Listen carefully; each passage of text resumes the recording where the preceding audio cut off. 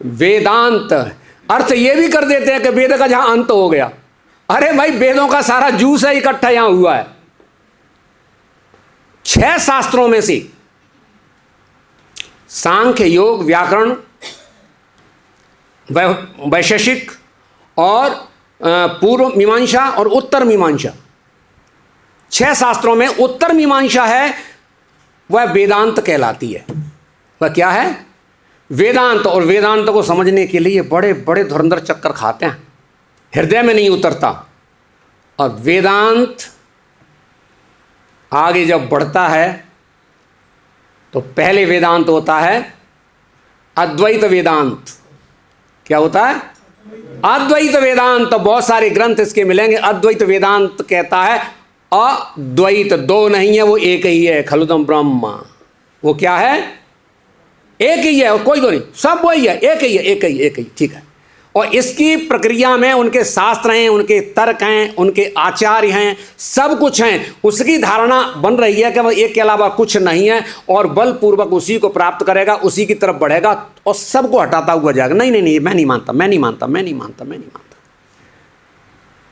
भक्ति तो वो करते हैं जिन्हें कुछ अकल या बुद्धिशील नहीं होते हैं, है ना। जिन्हें कुछ नहीं होता वो क्या कर सकते हैं? वो वेद पढ़ नहीं सकते, वेदों के अर्थ जान नहीं सकते, ब्रह्म को समझ नहीं सकते, बेचारे करेंगे क्या? फिर तो खाली वही भोग लगाएंगे, वो करेंगे, वहीं तक तो सीमित है। और यही कहेंगे अद्वैत वेदांत। अद्वैत वेदांत के आचार्य हैं, बहुत सारे ऋषि भी हुए हैं।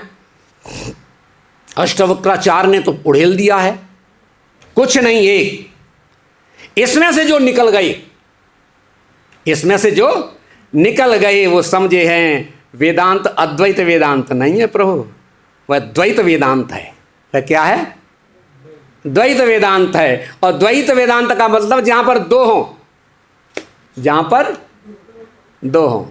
और ये बहुत घाटी ऐसी है कि इसको क्लियरली अगर नहीं समझ पाया ना तो द्वय क्या, एक प्रकृति और पुरुष, यही हो जाएगा खेल। एक प्रकृति और पुरुष, प्रकृति और पुरुष द्वैत हैं। यहां पर इसी श्लोक में बढ़िया आया है, और बढ़िया आने के लिए समझना चाहिए, इसकी व्याख्या करने तक पहुंच पाऊंगा। यहाँ 19वां जो है ना, अमृतम चैव मृत्युश्च सद सच्चा अहम अर्जुना, सत और असत, सत और असत। इसकी व्याख्या सत माने आत्मा, असत माने पदार्थ, और दूसरे रूप में लीजिए तो फिर क्या है? कारण और कार्य। सत, असत, आत्मा, पदार्थ, कारण और कार्य। कोई भी क्रिया बगैर कारण के नहीं होती। और कारण का पूरा ब्रह्मांड, अनंत ब्रह्मांड कारण है, और कारण के अधीश्वर कारणोदक साई विष्णु विराजमान है। तो द्वैत वेदांत का स्वरूप है जीवात्मा और परमात्मा, जीवात्मा और परमात्मा। इसको भी समझना पड़ेगा आपको। पदार्थ और आत्मा, पदार्थ और शरीर और आत्मा, इस घाटी से निकलना पड़ेगा आपको। अब शुद्ध है आत्मा और परमात्मा। आत्मा और परमात्मा जब हृदय में भगवान विराजमान है, परमात्मा विराजमान है, और प्रत्येक जीवात्मा के सारे कार्यों को वो देखते हैं और उसकी आवश्यकता की पूर्ति करते हैं, और जैसा चाहता है वैसा करते हैं। लेकिन परमात्मा ये भी तो कहते हैं कि तू जैसा चाह रहा है मैं तेरे को वो सुविधा उपलब्ध करा रहा हूँ, लेकिन अब एक बात और देख ले कि तू चाह रहा है तेरे को सुविधा दे रहा हूँ मैं। अब ये भी तू कहने लग जाए कि उसका रिएक्शन भी तुम ही ले लो, तो मत करो ना। चाहा तो तुमने है ना। चाहा किसने है? जीवात्मा ने चाहा है। जीवात्मा के चाहे हुए की पूर्ति की है भगवान ने, परमात्मा ने। अब जीवात्मा ये भी कहने लगे कि मैंने तो चाहा है, मैंने तो कर लिया है, रिजल्ट तुम भोगो, तब तो नहीं।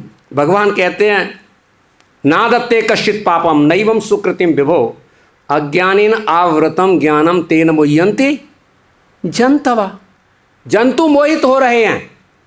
अज्ञानेन आवृतम ज्ञानम, जिनका ज्ञान अज्ञान ने ढक लिया है। तो हमें क्या करना चाहिए? ज्ञानेन तु यद ज्ञानम, ज्ञान से जिन्होंने अज्ञान को फाड़ दिया है, ज्ञानेन तु यद ज्ञानम येषाम नासितमात्मना तेषाम आदित्यवत ज्ञानम प्रकाशति पथ, उनका सूर्य की तरह प्रकाशित ज्ञान हो जाता है। तो समझ में आया, आत्मा और परमात्मा, मैं किसी का कल्याण करना, मैं किसी की सेवा करना चाहता हूँ। मेरे पास धन होता ना तो मैं उसको धन दे देता, मेरे पास कोई वस्तु होती तो मैं उसको वस्तु दे के उसकी सहायता कर देता। तो भगवान वो परमात्मा धन भी जुटाते हैं, वस्तु भी देने की कोशिश करते हैं। जब आगे बढ़ता है ना तो देने वालों की व्यवस्था अपने आप बनती है, देने वालों की व्यवस्था अपने आप बनती है। यही तो बंदे कौन कर रहा है? जिनके उदार हृदय हैं, जिनके उदार विचार हैं, उन्हें संपत्ति की कमी थोड़ा ही हो रही है।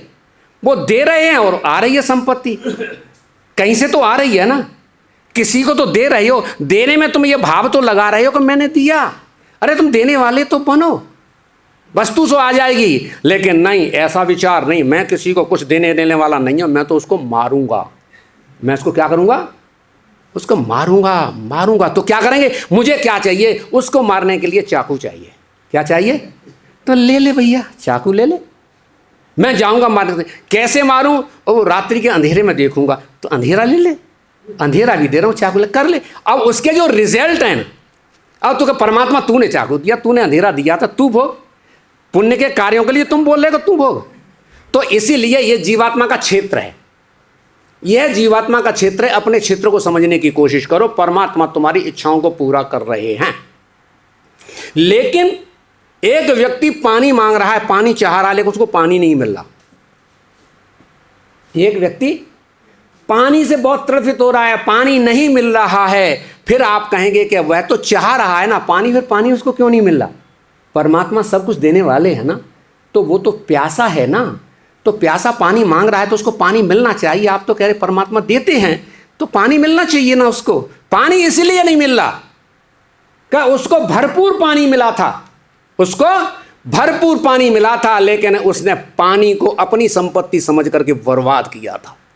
आज वो रेगिस्तान में पैदा है और पानी की कल्पना करके जो रेत में से जो तरंगें उठती नहीं है, धूप, उसके नाम गर्मी के मौसम में, तो उनके लिए तड़फता है, जिसको कहते हैं मृगमरीचिका, फंसता है उसमें। ऐसा इसलिए उसने दुरुपयोग किया है। नगर निगम का पानी आ रहा है, चलने दो, बिल तो हम भरेंगे ना, नाली में डालो, नाली में चल रहा है। एक बाल्टी से स्नान करना चाहिए, 10 बाल्टी लगा रहा है। क्यों कर रहे हैं? तुम जानते नहीं हो तुम्हारे शरीर को 1 बाल्टी की जरूरत है, 1 बाल्टी कपड़े धोने के लिए जरूरत है, तुमने 20 बाल्टी फैला दिया। ये कृष्ण की संपत्ति तुमने बर्बाद की है। तो परमात्मा को समझ गए कि परमात्मा अपना कार्य सही कर रहे हैं। बोले परमात्मा भी कार्य कर रहे हैं, लेकिन हमारे लिए कर रहे हैं। नहीं, हम तो नहीं, सबके लिए, वो सबके वस्तु है, सबका कल्याण करने वाले हैं। कोई होना तो चाहिए। ये माइक बनाया है तो हमारे सामने कार्य कर रहा है, हमें तो दिखाई नहीं दे रहा किसने बनाया है, लेकिन बुद्धि तो कार्य करती है कि बनाया तो किसी ने है ना, बनाया तो किसी ने है। अरे नहीं, किसी ने नहीं बनाया, अनायास ही प्रकट हो। नहीं, ऐसा तो नहीं, बनाया तो किसी। हाँ, मैं मानता हूं बनाया है, तो बनाने वाला कोई व्यक्ति है, बनाने वाला कोई व्यक्ति, हाँ, बनाने वाला कोई व्यक्ति होना तो चाहिए। तो इस संसार में पहाड़, पृथ्वी, नदियां, वायु, सब कुछ वो दे रहा है और दिखाई नहीं दे रहा, तो कोई बनाने वाला होगा या नहीं होगा? होगा। तो बनाने वाला वो होगा, इसके लिए कृतज्ञ हो गया कि नहीं, सब कुछ है। ब्रह्म भी समझ में आ गया, परमात्मा भी समझ में आ गया, लेकिन पर्सनैलिटी समझ में नहीं आई। वही ब्रह्मा जी ने बड़े सुंदर तरीके से गाया, ईश्वर परम कृष्ण सच्चिदानंद विग्रह अनादिरादि गोविंद सर्व कारण कार। यह भगवत गीता का 9वां अध्याय। Krishna is the supreme personality of Godhead. भगवदीय सत्ता के सर्वोच्च व्यक्तित्व का नाम कृष्ण है। भगवदीय सत्ता के सर्वोच्च व्यक्तित्व का नाम कृष्ण है। और इस अध्याय में प्रत्येक श्लोक के साथ में भगवान मैं, मया, मम कहकर के संबोधन करते सारे श्लोकों में। और जिस श्लोक में भगवान ने मैं, मया, मम नहीं कहा होगा, वह श्लोक या तो जीव को नरक में ले जा रहा होगा, या पूर्व के श्लोक का आगे की व्याख्या होगी। वो सारे श्लोकों में मैं, मया, मम के साथ में है। और इतना बहुत तरीके के साथ बैठ करके इसके लिए, इस अध्याय के लिए तो बहुत आनंद के लिए बहुत लंबा समय चाहिए। तो इसीलिए इस अध्याय में भगवान स्वयं आपसे बात कर रही हैं। बात तो हमसे पहले अध्याय में भी कर रहे थे, लेकिन उसमें बिल्कुल ब्रह्म के स्तर पर घुमा करके बात कर रहे थे। आगे आगे धीरे धीरे आप भगवान आए, आ करके 7वें अध्याय में आए। तो 7वें अध्याय का स्पष्ट तरीके के साथ में भगवान ब्रह्म को प्रस्तुत कर देते हैं।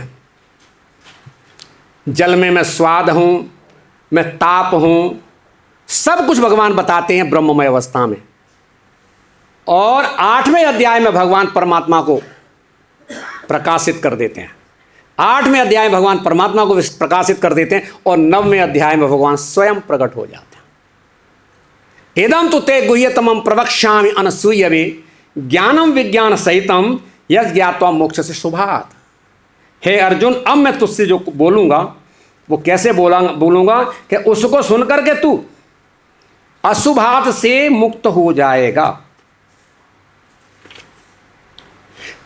और अब मैं जो बोलने जा रहा हूं, राजविद्या राजगुह्यम पवित्रम इदम उत्तमम प्रत्यक्षावगमम, बिल्कुल समझ में आने वाला, अनुभव में आने वाला। ऐसा नहीं है कि बड़ी बड़ी बात कह दी गई हो, समझ में तो आ रही नहीं, अनुभव में नहीं आ रही, ऐसी नहीं है।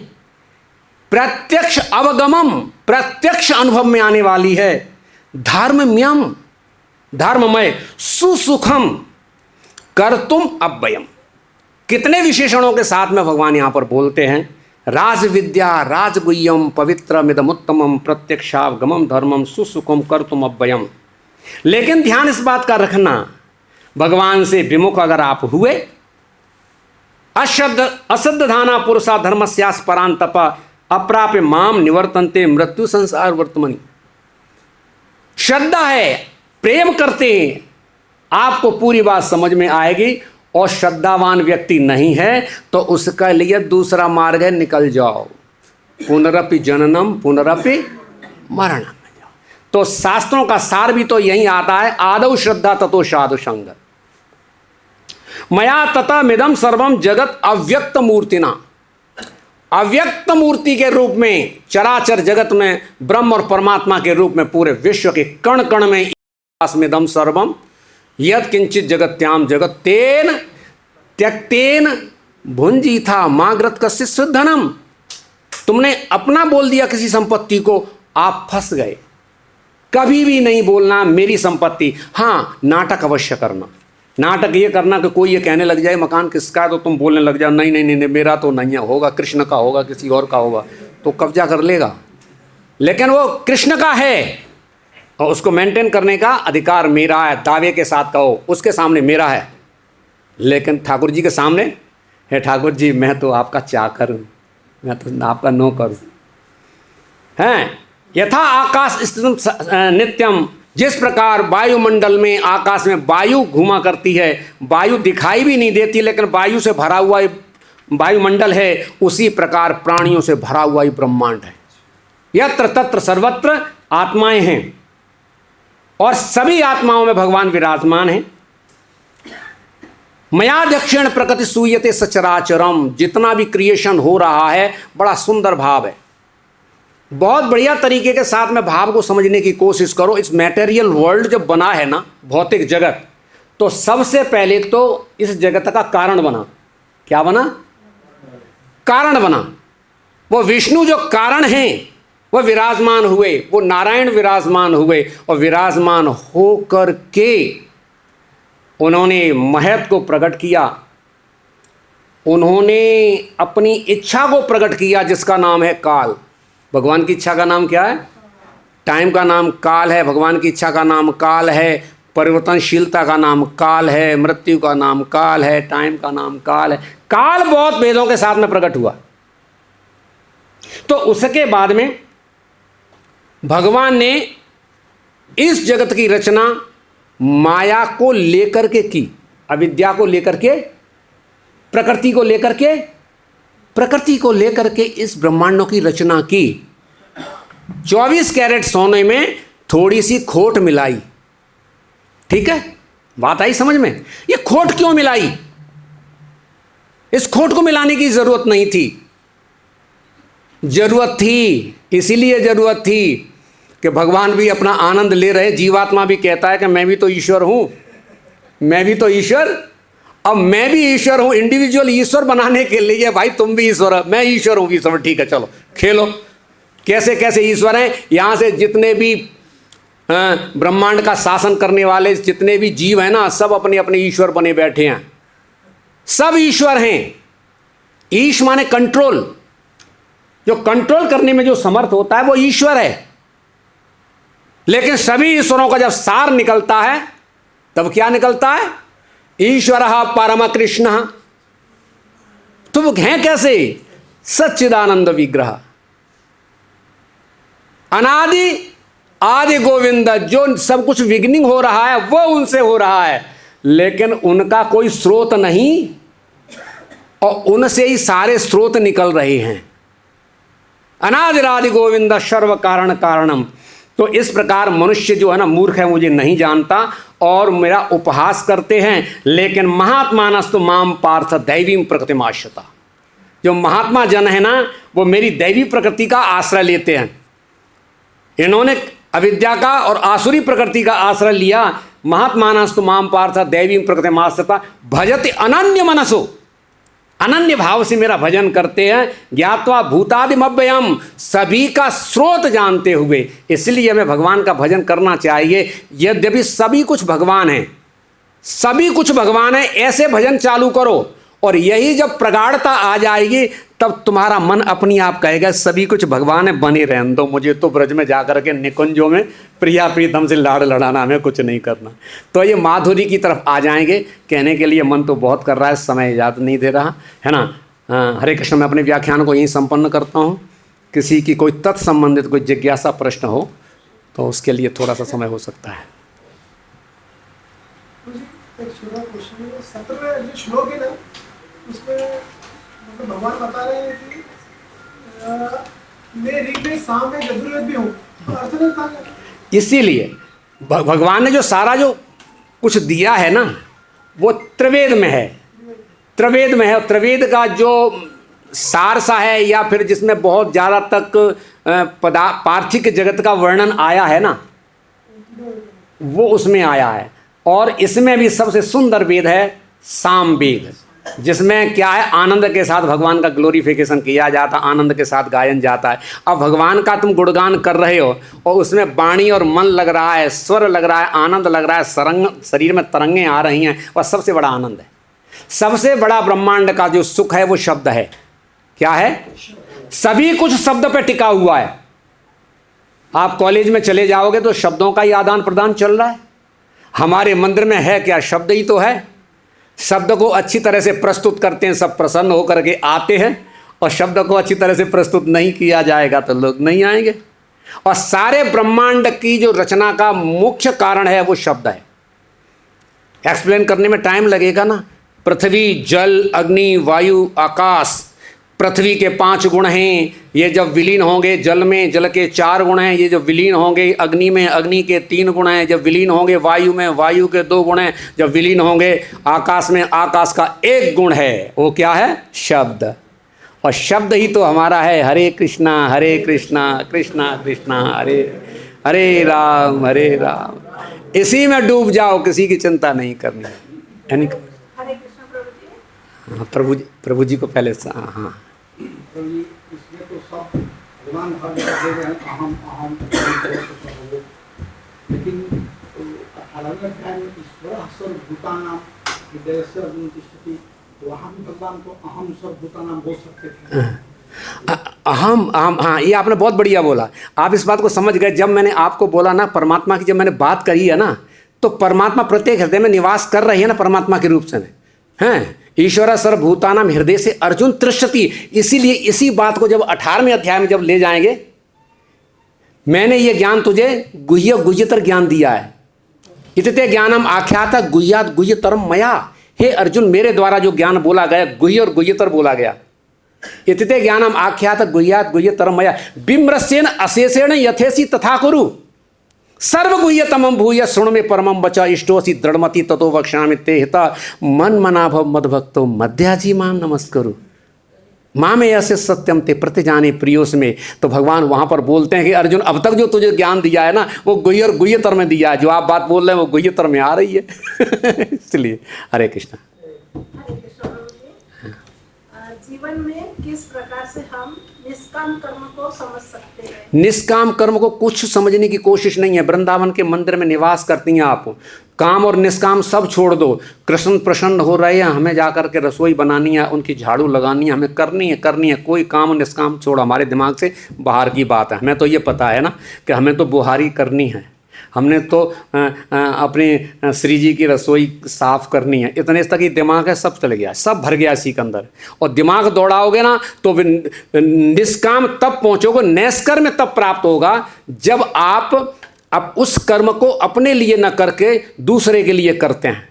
जब आप कोई जल किसी को पिला रहे हैं, वहाँ दो बातें हैं। मैं भगवान के सब जीव, भगवान ही तो विराजमान है जीवात्माओं में, मैं उनको जल पिला रहा हूँ। भगवान विराजमान है जीवात्मा में, उनको जल पिला रहा हूँ। अरे भाई कुछ पुण्य कमा ले, दूसरों को जो प्यासे हैं उनको जल पिला रहा हूँ। जल दोनों अवस्था में पिलाया जा रहा है। भगवान हैं भगवान, उन्हें विराजमान, हम जल पिला रहे हैं। अरे पुण्य कमा ले, वो क्या है, जल पिला। तो जल पिलाने के बाद तो अब आप वो जल अपने लिए ना लेकर के दूसरों को दे रहे हैं। वह कर्म जो कर रहे हैं जिसका फल आप नहीं चाह रहे, वह कर्म निष्काम कर्म है। और निष्काम कर्म ही आपको संसिद्धि में ले जा करके ब्रह्म में पहुंचाएगा। ब्रह्म को टच करने वाला निष्काम कर्म है। जिसने निष्काम भावता नहीं धारण की वह ब्रह्म का भी अनुभव नहीं कर सकता, और जिसने ब्रह्म का अनुभव किया वो आगे बढ़ेगा। तो एक क्रमिक पद्धति है, लेकिन आगे नहीं बढ़ना वह प्रिया प्रीतम है, इससे आगे नहीं बढ़ना। ठीक है, हरे कृष्ण। ठीक है, समय हो गया। हरे कृष्ण हरे कृष्ण कृष्ण कृष्ण हरे हरे राम राम राम हरे हरे।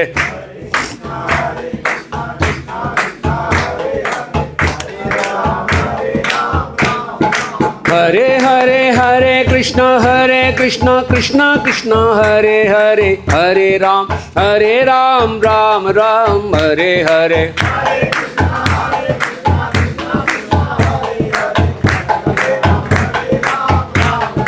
हरे हरि बोल हरि बोल हरि बोल हरि बोल।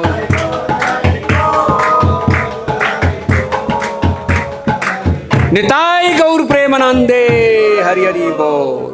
हरे कृष्ण।